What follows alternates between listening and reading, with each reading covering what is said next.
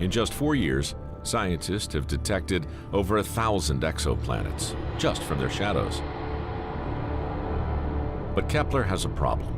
It can't tell if the shadow is made by a giant gassy planet hostile to life or a potentially habitable Earth-like planet. What we're measuring when a planet passes in front of its host star is what is the area of the planet relative to the area of the star that it's passing in front of. It's a ratio, basically. But Jupiter-sized planets crossing giant stars fool Kepler, because they block the same fraction of light as Earth-sized planets crossing smaller stars. To prove a planet is Earth-sized, you first need to measure the size of its star using the world's biggest telescopes.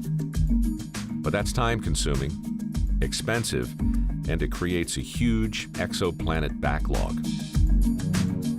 But astronomer Kayvan Stassen has come up with an ingenious shortcut by turning the raw Kepler data into sound. What the Kepler telescope directly measures in the data that we use is the small changes in brightness that a star produces due to the flickering arising from the boiling and roiling motions of gas at its surface. What we can do then is take that light flickering data and transform it in a sound studio, for example, into audio frequencies. And so then we can represent with sound what we're actually detecting with light. The bigger the star, the more its surface boils with activity, making big stars flicker more powerfully. Converted to sound, this boiling becomes a deafening hiss. Well, let's listen to some stars. Okay. Can we hear the red giant star, please?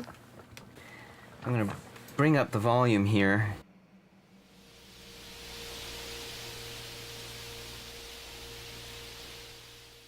This is a very large star, very low density. And so that large amount of hiss is the result of vigorous boiling and churning at the surface of this large red giant star.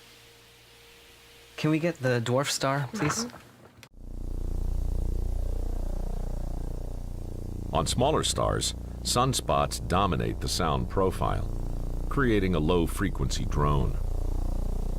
Actually sounds like a series of clicks. Krrrr. But below the clicks lies the faint hiss Kayvan needs to size the star. Underneath it, at a very low level, is a little bit of hiss. That little bit of sss is actually the light flickering that we're interested in.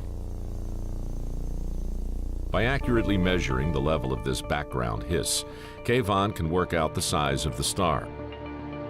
In this case, it's around the same size as our star, the Sun. Kayvan's work could be the breakthrough exoplanet hunters have been hoping for.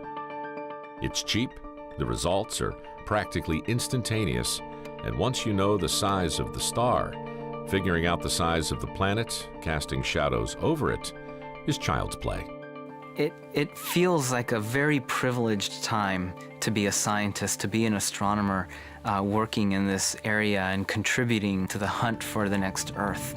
Here we are actually discovering these worlds by the hundreds, and now on the cusp of being able to identify the next Earth.